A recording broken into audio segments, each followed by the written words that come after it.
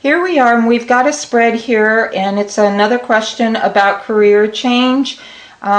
This is a recent reading I did, and I chose it. I saved the cards that were laid out in the spread because they really encompass everything that we've been talking about as far as what do you do when a lot of court cards show up in a reading, especially when you've got, an outcome of a court card. I've really got the opportunity here to use the pendulum, which I'm going to show you how we do that. We've got the sun out here, and the sun, if it's a yes no question, and the question is bottom line yes no, it's a good opportunity for you to see how I work with the sun for yes cards and then the moon for no cards. And I'm trying to see what else, overall, if you look at the reading, there's only one really dark card, so the colors are bright. The colors are good. They're the blues and the golds and the sunny colors, and it has a good feeling to it. Now the question posed to me from the querent, who happens to be a Leo, is should I go to nursing school? I'm really thinking about making a major change in my life, in my career. I really want to go for something that not only is a good money maker job, but something that I will like doing. So I am looking at this reading, and if the querent's sitting across from me, I'm going to go ahead and do this reading as if they're sitting right here. So happening to know that my client or querent is a Leo, and I always ask the sun sign before we start a reading, I'm going to start with, the first thing I see is, and I will point out the king and explain what this is that this is the first card, and this really has to do with the question. And so how it impacts the question is we've got a really strong core card, which is a fire sign king, and knowing that my client is a Leo, then I'm saying you're going to embody all the qualities of the Leo king. You're going to be able to use your mind, and you're going to be able to have the energy to really move this project forward and to get into the action of it, that you're really capable of doing this. And I can see here that I'm feeling like the back and forth, should I, shouldn't I, with the Two of Swords here is really coming into a decision, and the decision is really moving forward with this and not being in self-doubt. Now, there may still be a little self-doubt, a little residual self-doubt, and a little bit of back and forth, but that's normal when one is making a major life change. But all in all, with the energy of the king here, I feel like it's full steam ahead, just really moving forward and overcoming any obstacles. And I'm feeling that behind it all, there are some major fears going on. And the fears may have to do with, the time that's being taken out of one's life to really go through school and to do what's necessary, take the different classes. And here I ask the client, have you been in school recently? And they tell me no. And I'll say, yeah, you have some fears, like, can I do this? Can I study again? Really, can I stick with it? And will I be able to find the money to do this? Will I be supported by my family? I'm really feeling like these fears are kind of balling up to make one great big fear and some trepidation about it all. And that what I'm sensing is that the fear is just that. It's just fear. I'm not seeing that the obstacles cannot be overcome. I am not seeing that there is going to be a wall that is there and boom, hit the wall and then can't go any further. I feel like the fear is right where it's supposed to be, in a position that is, yeah, it's there, but now it's up to you to overcome it. And I can see from what my client's been telling me is that, they've worked a lot of jobs. They've worked a lot of jobs, worked long hours, and have seen very little in return in compensation. And that my client might be sick and tired of that, just really working very, very hard at different jobs, but not really having a career and not really having something that they can sink their teeth into and really start making a good living. So this is one of the things, that is still at the base of the situation that's propelling them into making a major change. Now my client's asking, should I do this? And I'm saying, here you've got the sun here, that's a major yes card.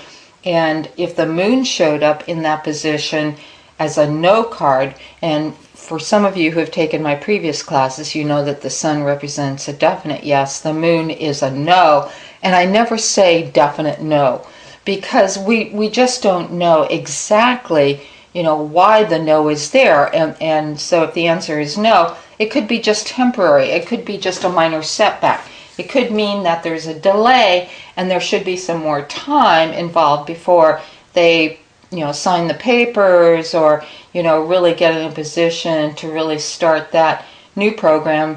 And in this case, it's a nursing school. So I would say, well, it looks like there may be a delay if the moon were here, and I don't have the moon card out to show you. But I feel like with all the beautiful energy and bright colors in the spread, the moon is just saying it's just not yet. It's just not yet. There may be a little bit more time before the energies are right. It's all about timing, and the energies are right to really start moving into that idea, and that could be 6 months to a year. So then I would ask my client, how do you feel about that? And they might say to me, well, that was my thinking. I'm not quite ready to do this yet, and I'm still in the planning stages. So that kind of goes along with what we're seeing here, what we're picking up intuitively, and I'm going along with the client's ideas and feelings about it.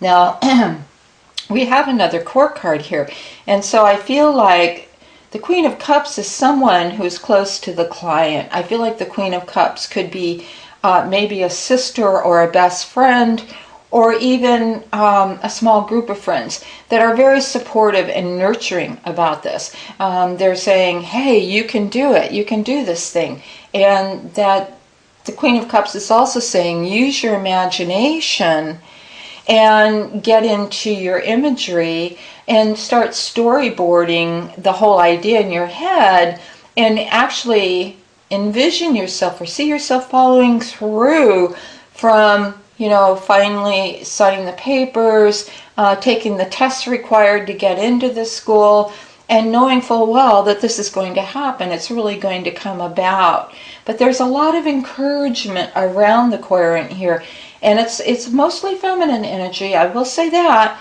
but that's okay, because the feminine is the nurturing, and the feminine, our sisters understand being a woman and some of the trials and tribulations that we have in this world, that we really do need that female energy in our lives to help us move along, because not always will our family be totally supportive, or not always will our family or our immediate family, our husband or children, even really understand what we're going through and where we're coming from. So I feel like this is a very positive card in the near future. Now in this position, in the 7th position, I may not say to my client this is the 7th position, but I'm feeling like, and it's the position of thoughts and feelings around the subject, is that here we have another court card that's cups. And so there's a lot of good self-talk going on. There's really going to be good news coming as well to feed what it is that we're needing to hear, or giving us the go-ahead. So I feel, with this Knight here, once again, there's a lot of emotion, energy, a lot of emotions as far as joy or fulfillment really being represented in this spread. So I'm liking that, and I feel like, the Knight is bringing messages of good news. And so we often think of the Page of Wands as good tidings, but I feel like this is saying on an emotional level, you are going to like doing this. You are going to like being in this new career. It seems to fit, and that having that Leo or fire energy, gives you the stamina and the wherewithal to accomplish this. Now we're moving into the position of others, and this could be parents, the Emperor. This could represent stability, could represent the thoughts and feelings of others around the question. And the impression I'm getting is that, overall, the stability around the client is existing. It is there. It's like there's money in the bank. There's enough time. There's enough backup to be able to take a couple years out of one's life. Yes, you've got it. You've got the strong foundation. And others are very strong and stable and are standing behind you. Children, husbands, parents, they're all, boyfriends even, they're all standing behind you for this, and they're giving you their strength. So they're really kind of saying, yeah, go for it, go for it. And then in the hopes, dreams, and wishes with the Wheel of Fortune, it feels like everything is going to start clicking. It feels like if there have been any delays or, any kind of setbacks or getting into the fear too much and letting the fear stand in the way, the Wheel of Fortune is saying that everything is going to start moving, that there's going to be a place within the nursing program, that there's going to be the testing taking place, passing of the tests, and that there's like the universe is shining down its blessings on this, and the wheel is turning and saying, yes, this is the time in your life that you really need to do this and should do this. Now again, we have another court card as the outcome, and the King of Swords is a little bit perplexing.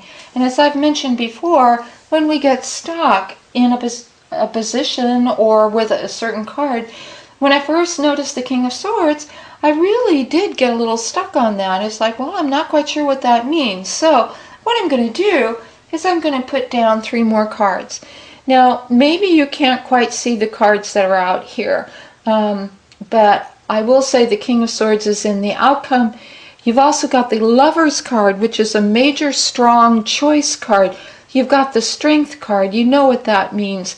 And then you have the 7 of Pentacles. So as the outcome, it's almost like everything is hinging on whoever decides who gets into this program and who doesn't. That's my sense. That's my feeling about it.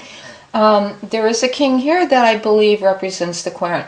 But the outcome is up to somebody else, and somebody else who reviews the test scores and the availability of space within the program, looking at maybe letters of reference, and is this person really good material for coming in and being a part of the program. So the decision is really up to either a board of admissions or one person, and I'm feeling is represented by the King of Swords, and it's all starting to flow. And the King of Swords making that choice and looking at all the strong points of the person or my querent coming in and presenting themselves and everything they've got to really apply and to be considered, that they see that this person really does, in looking over their past resume history and everything, have what it takes. They have stability in jobs, they've really shown good qualities, a lot of good write-ups, and they tend to have, after maybe a personal interview, let's say that there is a personal interview, that this person works well with people and seems to have kindness and compassion in their heart, and would be a really, really good nurse, a really good asset to this program. And that if money's a consideration, then it looks like there may be some kind of money awarded, or a Pell Grant, or some kind of money that's going to help out with this person while they're in school, so that they're not having to shoulder the entire burden by themselves. So this is one of the fears as well, is like, will I have enough money? Will I be able to swing it financially? Will I be able to work only part-time and then go to nursing school full-time? And it looks to me as though it's being decided that help is on the way. And to me it falls next to the Wheel of Fortune as well. And so I'm feeling like, yeah, the blessings are coming. The blessings are most definitely in the mix. And that there's going to be just enough. It may not be a whole lot of money, but there will be just enough for this person to be able to start this school and to stay in it.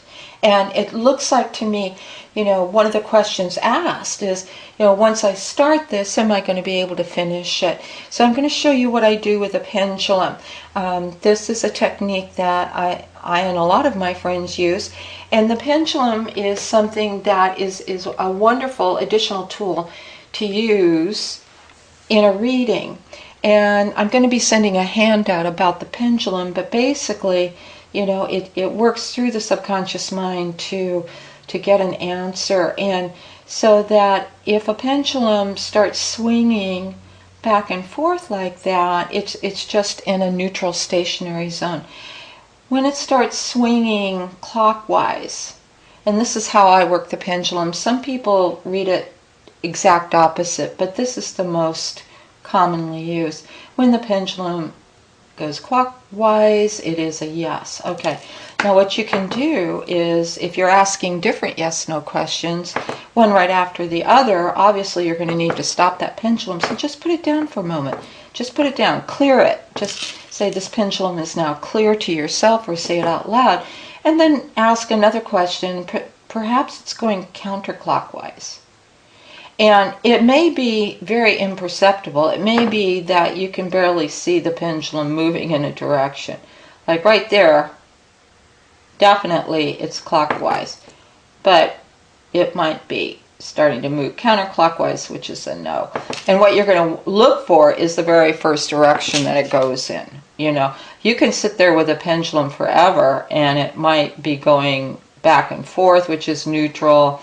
It might be starting to swing clockwise, and then eventually, if you sit there long enough, it might start going in a counterclockwise or back and forth this way, which, when they go like that, it's a maybe. When it goes up and down, it's a maybe. Side to side, it's a maybe.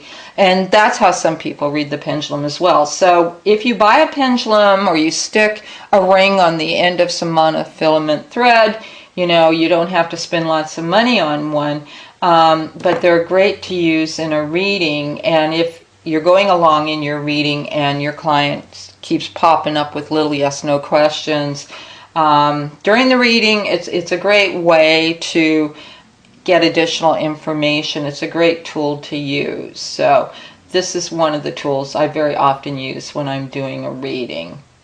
And there we go. We have a yes. Okay. Will I have problems financially finishing this program? That kind of started.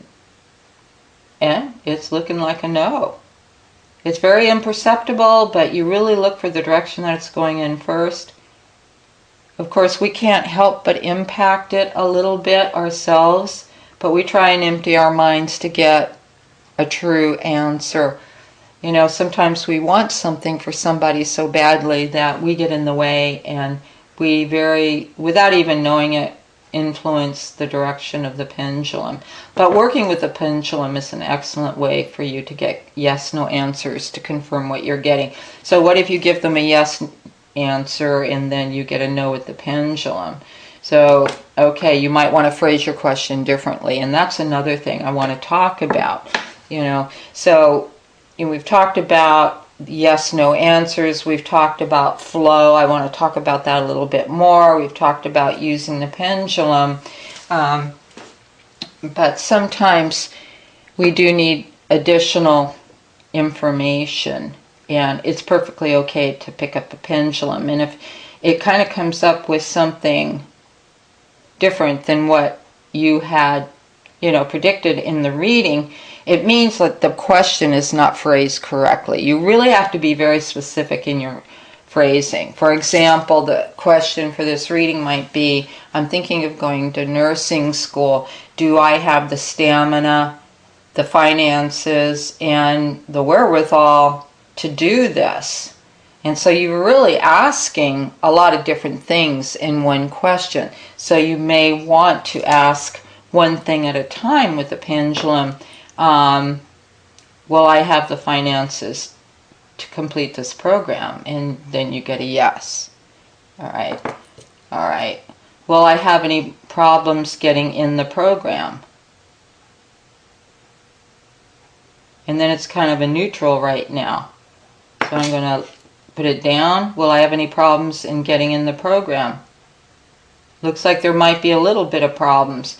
So these are things that the client or the querent has to overcome and find out what those problems might be and get the added information or go to other resources and do what they have to do to overcome any problems with accomplishing their goal. And in this case, it's getting into a nursing program. Now, as far as flow goes, I did talk about the reading and that I did point out different positions, but here's how I'm going to do it very quickly, just to summarize what I talked about without really pointing out actual positions. I'm going to say, I see that you're a very strong person. I see that you have the capabilities to do this. If you haven't been in school for a while, that's not going to be a problem. You're going to catch on very quickly, and you're going to be able to keep up with everybody else. But most definitely, bottom line, you certainly have the strength and capability to move into a nursing program and be successful at it. Also, if you've been really vacillating back and forth and this has been causing you a lot of concern about making this decision, it looks like to me that very quickly here, if not right now, in the very near future, you're going to decide to go forward with it. You really are going to come to a resolution and really in your heart of hearts just feel like, yeah, not only in my heart do I feel like it's right, but mentally I'm saying a yes. Yeah, I see you have a lot of fears here and I can understand that, but don't let your fears get in the way of what you want to do. Certainly it shows here that you've worked very hard in the past, and that one of the reasons that you want to move into this nursing program, like you shared with me, is because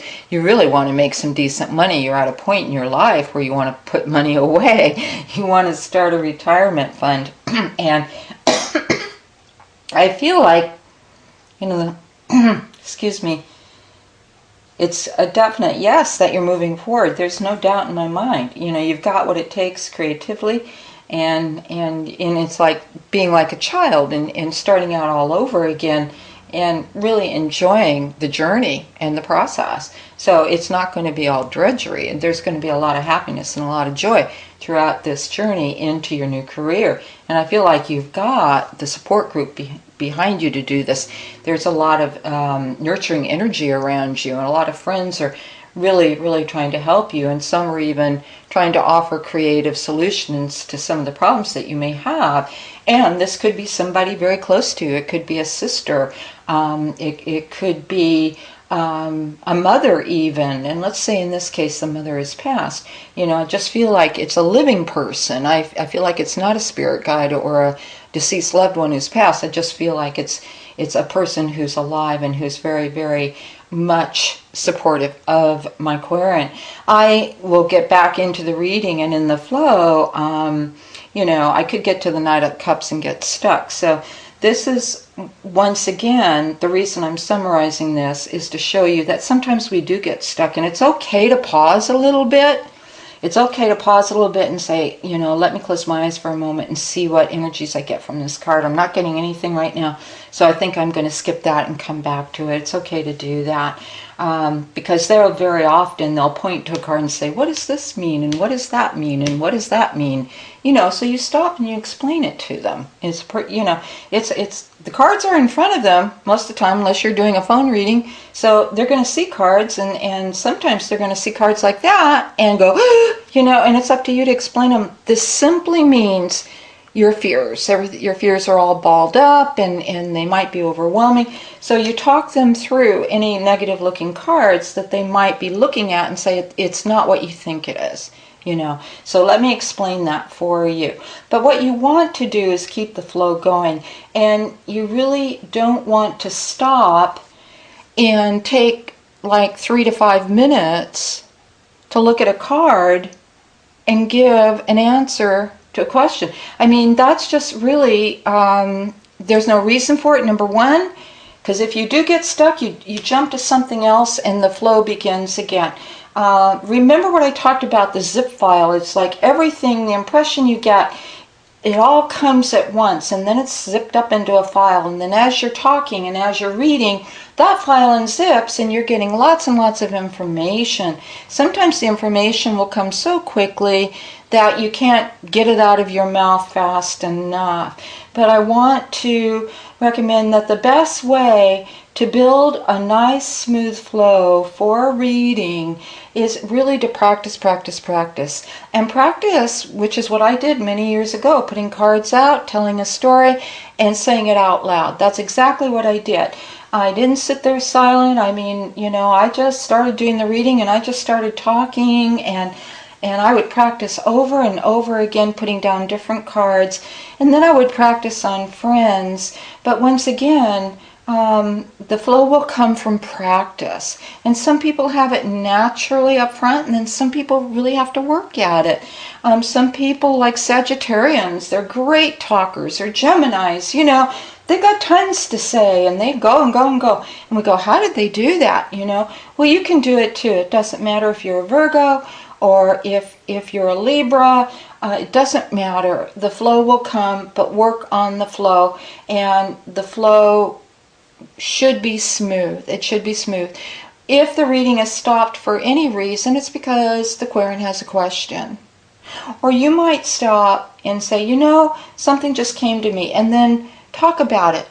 Talk back and forth about it. Get an exchange of information. I've seen some people say, psychics should never ask questions of their clients. That means that they're not authentic. Well, of course you've got to ask questions. Number one, we can only do so much, but we've got to know that we're on track. We've got to know that we're not out in left field somewhere, And so you have to qualify certain things, and you really do need that feedback from the client. And you're not doing what's called a cold reading, where you're looking at facial features, trying to see if they're smiling, and they look like they're nodding their head, agreeing with you. That's a cold reading. Most of the time when I do readings, I don't even look at the client. I'll ask them questions, but oftentimes, as I go through a reading, I'll move the cards around a little bit, and I'm not even looking at the client. I'm talking and talking and talking. Now, they might stop me, and then I'll answer a question, and then I'll look up at them, or I'll stop and I'll ask them a question, and then I'll get back into the reading and get back into the flow.